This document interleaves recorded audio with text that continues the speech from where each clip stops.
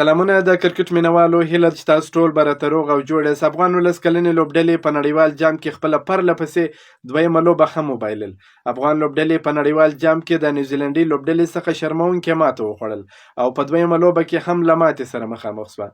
افغان لوبډلې چې په لومړۍ لوبه کې د پاکستان پر وړاندې ناکامه بالینګ، ناکامه فیلډینګ او ناکامه بیټینګ ترسره کړې وه، نن یو ځل بیا د نیوزیلنډ لوبډلې پر وړاندې ناکامه بیټینګ او ناکامه فیلډینګ ترسره کړ. افغان لوبډلې لومړی بیټینګ ترسره کړ، یوازې 2 نوي منډې هدف یې د نیوزیلنډ لوبډلې ته وټاکئ چې دومره هدف د دې څخه دفاع کول نو بیا 100% ناممکنه خبره ده. خو بیا هم افغان توپ اچوونکو تر وروستۍ شیبې پورې هڅه وکړه چې دغه لوبه وګټي، خو بدبختانه د خراب فیلډینګ له امله افغان لوبډله په دویمه لوبه کې هم له ماتې سره مخامخ شوه او 99% د نړیوال جام څخه بهر شول. 1% یې چانس ته، هغه نو قدرتي فیصلې دي چې څنګه به افغان لوبډلې ته چانس برابریږي، خو 99% افغان لوبډله د نړیوال جام څخه بهر شوه. افغان لوبډله به خپله درېیمه او وروستۍ لوبه پر 26 تاریخه د نیپال لوبډلې پر وړاندې ترسره کوي. په نننۍ لوبه کې افغان لوبډلې یو ځل بیا ناکامه بیټینګ ترسره کړ او فیلډینګ خو یې دغسې دی چې د ماشومانو فیلډینګ هم تر دوی ډېر زیات کوي دی. د نورو لوبډلو فیلډینګ او بالینګ بیټینګ ته وګوره او زموږ لوبډلې فیلډینګ او بالینګ بیټینګ ته وګوره. فیلډینګ مو دغسې ترسره کېږي چې په وروستیو شیبو کې چې افغان لوبډلې تقریبا بري ته لوبه نږدې کړې وه، بیا هم پرله پسې کیچونه مس کېږي، پرله پسې څلوریزې د دوی څخه ځي.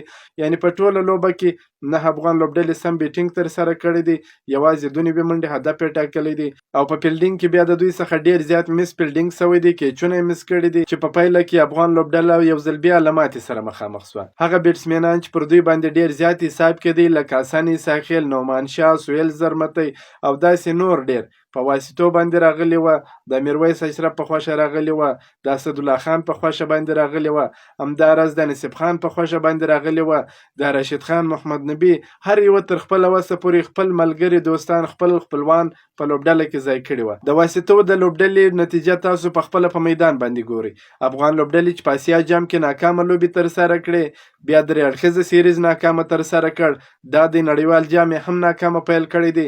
د محمد نبي عیساخیل زوی چې د دوبۍ په کلبونو لیګونو کې ډېرې زیاتې منډې جوړوي، چټکې 50 چټکې سلیزې وهي، خو چې دلته نړیوال کرکټ ته راغلی دی هیڅ یې نه دي کړي. خالد تڼیوال دی، وفیالله ترخیل دی، سهیل زرمتی دی، رحیم الله زرمتی دی، ډېر زدرانان هم پکښې دي، خو هیڅ لوبغاړي په نننۍ لوبه د پاکستان پر وړاندې په لوبه په اسیا جام، همداراز په درې اړخیزه سیریز کې یو دوه لوبغاړو 50 وهلې دي، یوه 50 نعمان شاه وهلې ده، یوه 50 سهیل خان زرمتي وهلې ده، یوه 50 د محمد نبي عیساخیل زوی حسن عیساخیل وهلې ده.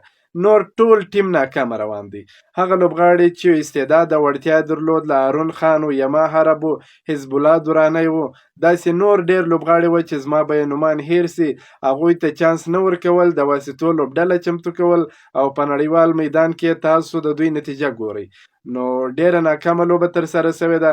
هغه چا چې دغه لوبډله ټاکلې ده هغوی ته به اوس معلومه سوې د کرکټ بورډ مشرانو چې په واسطه باندې دغه لوبډله ټاکلې ده، نو اوس یې دوی په خپله هم نتیجه ولیدل چې دغه لوبغاړو څنګه لوبې ترسره کړې. بیا به هم په سیریزونو کې دغه لوبغاړو ته مسلسل چانس ورکول کېږي، ناکامه لوبغاړي به بیا ازمایل کېږي چې ښه نتیجه ورکړي.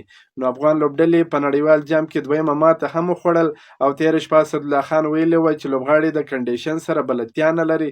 نو یوه میاشت مخکې لوبډله سویلي افریقا ته رسېدلی ده، درې اړخیز سیریز یې ترسره کړی دی، تمریناتي لوبې ترسره کړې، بیا خو به مو یو کال مخکې لوبډله افریقا ته استولې وه، یا به مو هم د ICC سره خبره کړې وای چې په دوبۍ کې تاسو د نړیوال جام میچونه درکړي وای، یا یې هم په افغانستان کې درکړي وای، یا به ستاسو لوبډله د هوا او کنډیشن سره بلده وای، که نه تاسو خو یې نه منئ. نو اوس به کرکټ بورډ لګیا یي دغه لوبغاړو ته به لارې ور جوړوي چې دغه لوبغاړی څنګه ناکامه سو، دغه څنګه ناکامه سو، خو لوبغاړو هیڅ ښه پرفارمنس ونه کړ.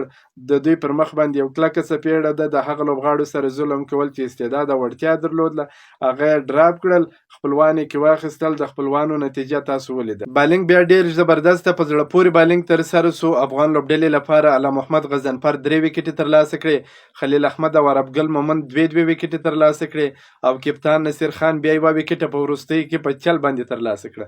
کله چې یې بال کوئ نو 2 منډې پاته وې، 2 ویکټې د نیوزیلند د پاته وې. نو نصیر خان چې بالینګ کوي او لوبغاړی د کریز څخه وتلی و، نو نصیر خان بیرته ویکټو ته ور وګرځېدی او لوبغاړی یې آوټ کړ. نو په دې سره افغانستان دویمه لوبه هم په ستر توپیر باندې وبایلل، خو بالرانو مو ښه لوبه ترسره کړه، بیټسمنانو او فیلډرانو مو هیڅ ښه لوبه نه کړه ترسره.